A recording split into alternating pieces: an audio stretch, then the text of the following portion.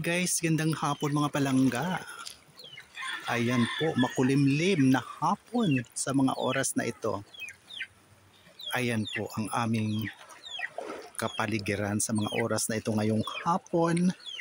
As usual, hindi na naman nakalabas si Haring Araw. Gawa ng nakikita nyo naman po kung gaano ka kamakulay na kulay itim ang aming kaulapan. Ayan.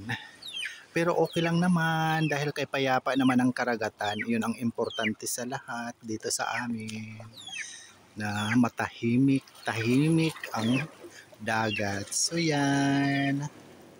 Ayun. Pwede tayo maligo mga palangga kasi mag-high tide ngayong gabi. Ayan po. Baba ka lang yan. Pwede na tayo maligo papunta doon. Pwede sumakay-sakay dyan sa bangka, magpalutang-lutang. So yun po, kumusta ang ating hapon? Kumusta ang bawat kanya-kanya nating lugar? Naway okay lang po ang lahat. So yan. Tara na. Samahan nyo ako magkape tayo dito sa aming tambayan sa likod bahay na kay lamig ng simoy ng hangin sa mga oras na ito. Habang ang sarap pakinggan ng hampas ng alon dagat na tumatama sa sa lapyahan. So yun, congratulations to our Miss Universe Philippines, Maria Atisa Manalo, sa iyong fleece as third runner-up. Naku, mahirap na magsalita.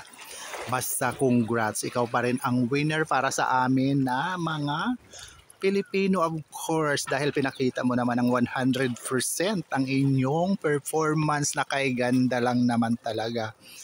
Ay, bakit nga ba nagkaganon, di ba? Ang dami tuloy ngayong mga katanungan sa social media na bakit ganun ang nangyari. O diba, Coach Divo and Philippines, sila ang stand out sa question and answer. Ang galing nilang dalawa, pero sila ang napunta sa lower placer. Diba? Fourth runner up and third runner up ang ibinigay sa kanilang place. Pero okay na rin, at least ayun po, nakalimutan natin pansamantala ang issue sa flood control sa ating bansa dahil kay Maria Atisa Manalo ang ating representative sa Miss Universe ngayong taon. So ayun, napasigaw na naman tayo sa tensyon, sa tuwa sa kanyang gandang performance na ipinakita para sa atin. Ika nga wala tayong masabi, binigay naman niya ang kanyang best, binigay niya ang kanyang kakayanan bilang isang representative ng ating bansa. Kaya congratulations pa rin sa iyo, para sa amin lahat.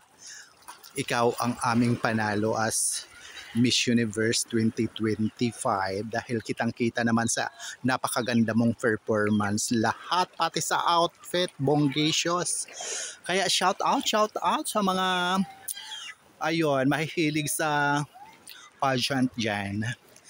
Sunod, bawi na naman tayo sa susunod. Ayan, naku, maghanap na naman tayo ng kung sino ang karapat-dapat. Muli, maraming salamat. Bye for now. Love you all. God bless us all po sa hapong itong makulimlim.